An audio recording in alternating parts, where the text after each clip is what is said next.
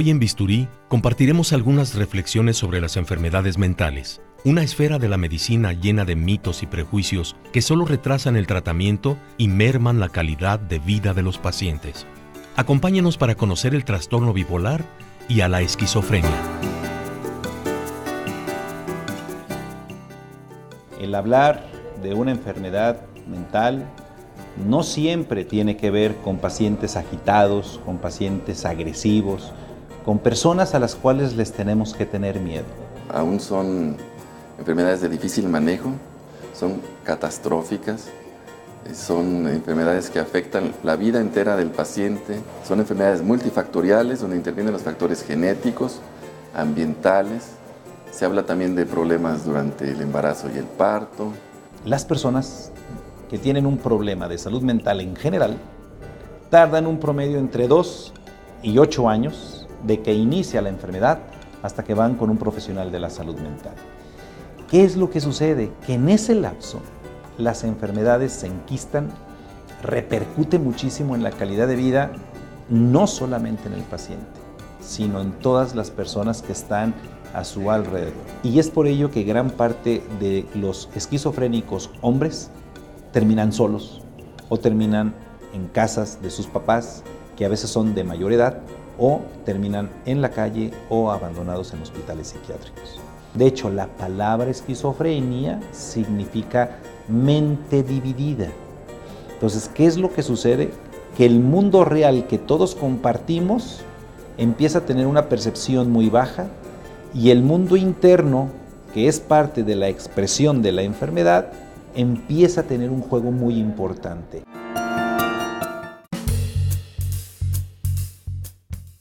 Los trastornos mentales son alteraciones de los procesos de la percepción y afectivos del desarrollo. En México, perturban la vida a 1 de cada 4 familias. Entre ellos, algunos de los más importantes son el esquizofrénico y el bipolar, por su frecuencia y las consecuencias que tienen en el día a día de los pacientes y de quienes los rodean. Mientras la bipolaridad afecta a 1.6% de los mexicanos, la esquizofrenia a 1 de cada 100. La mitad de ellos carece de diagnóstico o tratamiento adecuado, de acuerdo con información del Instituto Nacional de Psiquiatría Ramón de la Fuente. Los dos son crónicos. Se pueden tratar, pero no curar. Ambos modifican el contenido y la continuidad del pensamiento de los seres humanos. También provocan daños en sus afectos, percepción del mundo, voluntad y relaciones con los otros. Los científicos coinciden en que en América Latina las enfermedades mentales no reciben la atención debida, aunque se calcula que para el año 2020 serán la segunda causa de motivo de consulta médica. En muchos casos existen tratamientos efectivos para ambas enfermedades, pero también hay un gran número de prejuicios en torno a ellas, como los que afirman que los afectados son difíciles, tontos o incapaces de decidir. La estigmatización provoca rechazo y aislamiento no solo de la sociedad, sino también de los médicos, según la Organización Mundial de la Salud, la OMS. Es importante tratar la esquizofrenia y la bipolaridad, porque aumentan el riesgo para otros padecimientos, como la infección por el virus de la inmunodeficiencia humana, las enfermedades cardiovasculares y la diabetes.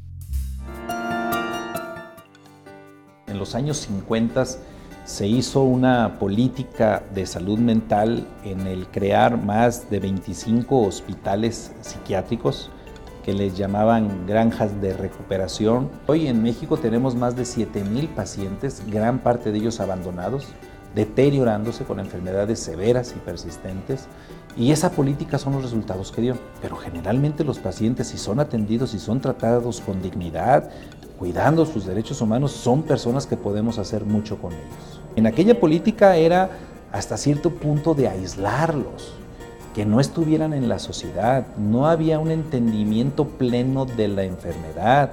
No podíamos decir como hoy que una enfermedad es un problema principalmente bioquímico, en donde hoy juegan un papel importante los neurotransmisores de nuestra cabeza. Ya identificamos cuáles tienen que ver con los pensamientos, cuáles tienen que ver con la voluntad, cuáles tienen que ver con la depresión, O sea, ya tenemos conocimiento y ya tenemos medicamentos que podemos contrarrestar ello. Los términos han ido cambiando en el transcurso de la historia y no fue hasta 1980 donde se le acuña el término ya como trastorno bipolar, que quiere decir o estamos en un cuadro maníaco o estamos en un cuadro depresivo. El cerebro humano puede compararse con un sistema de cables. En una persona sana, las señales viajan por una especie de red adecuada y las conexiones del pensamiento, los sentimientos y las acciones se transportan de ida y vuelta y sin problemas entre el mundo y la mente. En el complejo cerebral de un paciente con esquizofrenia, las percepciones fluyen por caminos inconexos, encuentran barreras y llegan a un final equivocado. Por estos motivos, quienes viven con esta afección tienen dificultades para pensar de forma clara y continua. Tener distinción entre lo que es real y lo que es irreal. Esbozan respuestas emocionales que al resto nos parecerían anormales y socializan poco. Estas razones provocan que se afecte su entorno familiar y sus desempeños educativo y laboral. Además, tienen entre 2 y 2,5 más de posibilidades de morir a una edad menor que el resto de la población que los rodea, según la Organización Mundial de la Salud.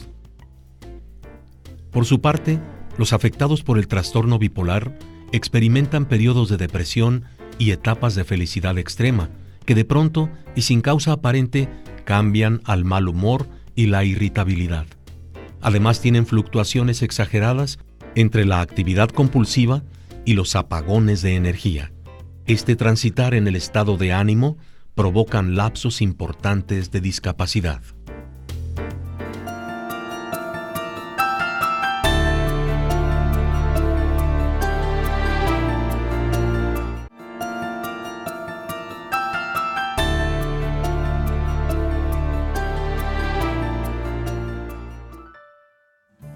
¿Cuándo identificamos que esto se puede convertir en depresión? Cuando el paciente tiene por lo menos 15 días con un estado de ánimo completamente bajo, en donde hay repercusión en sus actividades cotidianas. Y lo mismo con el cuadro maníaco. Todos hemos tenido un cuadro de alegría transitoria, pero esa alegría la identificamos siempre con algún factor desencadenante. Cuando sale del comportamiento normal, que es muy notorio que una persona tenga 3 horas, 4 horas hablando. Lo primero que vamos a ver es la irritabilidad. El paciente se enoja fácilmente, discute, pelea, ¿no? Quizá con justa razón, pero de una manera desaforada, ¿no? Desmesurada. Esa es una fase muy delicada. El paciente empieza a regalar sus cosas o a destruir sus cosas, empieza a hacer compras innecesarias, que es a lo que nosotros le llamamos síntomas psicóticos o lo que la gente lo conoce como locura. Cuando esto se combina con ideas principalmente megalomaníacas, en el sentido que él puede tener un poder en especial que los demás no tienen. En los pacientes esquizofrénicos, cuando están en brote psicótico, pueden presentar muchos síntomas. Primero empieza una fase que se llama prodrómica, en donde el paciente poco a poco va entrando, se va deslizando, como la humedad, empieza a sentir que no es él mismo, que no es la misma persona, que alguien está ocupando su lugar. Se mira al espejo y ve que hay otra persona que se refleja. Incluso puede ver dividida su imagen, una parte es él y otra persona. Empiezan a aislarse, a alejarse, a perder toda actividad, todo contacto social, y van poco a poco transformándose en esa otra persona que es la que están percibiendo que los invade. El paciente siente que alguien le quiere hacer daño, que lo quieren matar, voces que le dan órdenes, que le dicen groserías, que lo desprecian, que lo maltratan. Cuando le dan órdenes se llaman comandas verbales, y ahí es muy delicado, es motivo de hospitalización. Es una señal de grave alarma. En ambos casos, el de los trastornos bipolares y esquizoides, los científicos creen que influyen tanto la herencia genética como las características del ambiente de los pacientes. Es decir, tienen más probabilidades los que viven en una situación de conflicto y hostilidad. La bipolaridad se presenta por igual en los hombres y en las mujeres, en la mayoría de los casos de 15 y 25 años de edad, y más frecuentemente en los que tienen familiares que viven con la afección. Algunos factores externos que pueden desencadenar los episodios de euforia-depresión son el parto, la ingesta de antidepresivos o esteroides, los periodos largos de insomnio y el consumo de drogas psicoactivas. Se piensa que la carga genética y el sexo también determinan la aparición de la esquizofrenia, pues su ocurrencia es ligeramente más alta entre los varones de alrededor de 25 años de edad. Además, los problemas o infecciones virales durante la gestación y la edad avanzada de la madre. Otros factores son el hábito del consumo de drogas antes de los 21 años. En el pronóstico, esta afección es importante la edad, pues los pacientes que la desarrollan durante la adolescencia tienen más posibilidades de que se agrave que quienes la presentan 10 años más tarde. El diagnóstico es 100% clínico. ¿Qué es clínico? Es a través del diálogo, a través de la entrevista, a través de los antecedentes que generalmente nos los narra el familiar. Podemos tener pacientes con trastorno bipolar que hacen su vida completamente sus actividades cotidianas. Se cuidan ellos como persona, tienen buena relación, si en caso de que estén casados pueden mantener una relación de matrimonio y de familia completamente adecuada. El medicamento es fundamental porque es una enfermedad médica crónica. Como un paciente diabético, un paciente hipertenso requiere el medicamento, si no va a fallecer, va a tener problemas.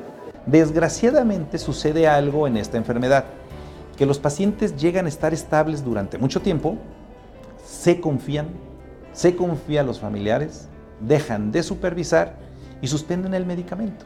El paciente en etapa maníaca entonces puede cometer cualquier atropello, puede ser alguien que gasta más de lo que gana, más de lo que puede comprar y que se puede quedar sin trabajo, sin familia, sin recursos. Cuando nosotros decidimos que el tratamiento debe de ser a través de una intervención en un hospital, cuando el paciente corre riesgo él o corre riesgo la familia. Por supuesto que son tratamientos integrales, pero en un cuadro francamente maníaco va a ser muy difícil que un paciente pueda atender, porque si uno de sus síntomas principales es la baja atención y la baja concentración, no nos va a hacer caso en las intervenciones terapéuticas que nosotros hagamos. Entonces, lo primero cuando un paciente está hospitalizado es disminuir ese exceso de actividad que tiene, de actividad tanto física como mental. Los trastornos bipolar y de esquizoide se caracterizan por cambios en la personalidad de quienes lo sufren. En el primer caso, se trata de fluctuaciones violentas del estado de ánimo, de la manía y euforia a la depresión, episodios que pueden durar días o meses. Algunos síntomas de la bipolaridad son, por un lado, distracción fácil, involucramiento obsesivo en las actividades cotidianas, la casa, el trabajo, la escuela, poca necesidad de sueño, pobre capacidad de discernimiento y del control del temperamento, comportamientos de falta de autocontrol, como el hecho de beber y consumir drogas en exceso, tener relaciones sexuales con muchas parejas y gastar de manera compulsiva, humor irritable y pensamientos apresurados. Por otra parte, llega intempestivamente un episodio depresivo, con tristeza, dificultad en la concentración, la memoria y la capacidad de tomar decisiones. Trastornos alimentarios que van de la anorexia y pérdida de peso al consumo exagerado de comida. También puede presentarse fatiga, desesperanza y culpa. Poca de la autoestima, pensamientos suicidas, así como el alejamiento de los amigos y las actividades de las que antes se disfrutó. Los síntomas de la esquizofrenia son una distorsión del pensamiento, las percepciones, los sentimientos, el lenguaje y la conducta. Muchos pacientes tienen delirios y alucinaciones, escuchan voces, padecen catatonia o inmovilidad, se alejan de su grupo social y pierden interés en cosas que antes les daban placer.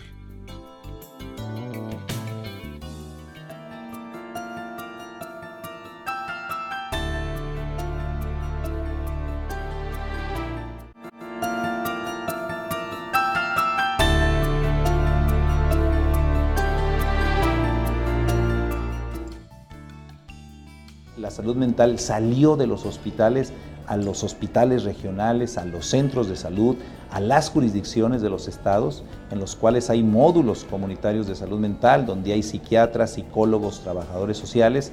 Y hoy lo que tenemos que hacer es que si estamos hablando de cerca de 3 millones que ya lo presentan en México, si nosotros podemos identificar tempranamente esta enfermedad, un paciente entre menos recaiga, es mucho mejor pronóstico para él y para la familia. Hay un porcentaje importante, yo podría decir que casi el 90% de los pacientes con estas enfermedades son abandonados, no conocemos los familiares, pueden venir de otros estados, los encontramos en la calle. Hay un porcentaje que se acerca al 10% de pacientes que se suicidan, tanto bipolares como esquizofrénicos. Eso se puede prevenir con un buen tratamiento, ¿verdad? Pero insisto, el diagnóstico se hace a veces muy tardíamente. Ambos son padecimientos graves, crónicos, que pueden recibir tratamiento. No hemos encontrado la cura, pero un paciente bien manejado puede ser productivo, puede ser capaz de mantenerse, de comprar sus medicamentos. El efecto entonces social es muy grave, pero es más grave cuando no se otorga un diagnóstico oportuno y un tratamiento. Yo creo que una parte fundamental de la estabilidad de los pacientes con esquizofrenia es la información. Sí, claro, al paciente, pero creo que quien debe de tener más riqueza en la información son los familiares o la red social que están a su alrededor, porque son los primeros que nos pueden decir si el paciente está descontrolado o no. No podemos prevenir, no podemos predecir si sabemos que sus padres o uno de los padres o uno de los hermanos tiene esquizofrenia. Yo no puedo predecir a qué edad va a aparecer o no tal enfermedad. Pero una vez que ésta se presente, entre más pronto la identifiquemos y tengamos el conocimiento pleno de que entre menos hospitalizaciones o menos crisis tenga, es mejor pronóstico, creo que ahí es donde debemos de apuntar las baterías. El apoyo de la familia para el apego a las prescripciones médicas hechas por especialistas y la psicoterapia son esenciales para los enfermos bipolares y esquizoides, pues pueden hacer la diferencia entre el peligro y la calidad de vida. El propósito de una terapia para la bipolaridad es que episodios de euforia-depresión sean menos intensos y la prevención de las agresiones y el suicidio. En este caso, son fundamentales las visitas frecuentes al psiquiatra, así como los medicamentos antipsicóticos o antidepresivos para estabilizar el ánimo. Existe peligro de que después de la sensación de bienestar, los pacientes lo abandonen, lo que puede causar que los síntomas reaparezcan, incluso de peor manera. Hay grupos de autoapoyo para las personas que padecen trastorno bipolar. Es probable que quienes estén en una crisis de episodios maníacos o depresivos necesiten internarse hasta que se estabilicen. Para la esquizofrenia, una gama amplia de medicamentos como los antipsicóticos son reconocidos por su efectividad, pues cambian la química del cerebro y ayudan a controlar los síntomas. También se recomienda psicoterapia conductista para el entrenamiento en habilidades sociales y laborales. Como se trata de una enfermedad crónica, la mayoría de quienes la padecen podrían necesitar medicación de por vida. Durante un episodio esquizoide, el paciente puede requerir hospitalización por su seguridad y la de quienes lo rodean. La parte más peligrosa es cuando tú entras a la parte maníaca, la parte de euforia, que en esta etapa maníaca tenemos poca tolerancia a la frustración y tolerancia a las personas. Entonces, no me dan lo que yo quiero, entonces exploto y ofendo feo. Porque sí, en el día tú puedes tener cambios durante todo el día, pero no son abruptos, no son una agresión. O sea, creo que se diferencian por las agresiones o por las tristezas, ¿no? Vivir en la ignorancia. Eso es lo más difícil. Cuando se acepta el diagnóstico, ya hay medidas para tomar algo de control y entender tus cambios químicos dentro de tu cerebro, ¿no? Las estadísticas mundiales indican que las enfermedades mentales van en progreso, van aumentando. En los trastornos depresivos, por ejemplo, vamos a encontrar que en los próximos 15, 20 años van a ocupar el primero o segundo lugar a nivel mundial.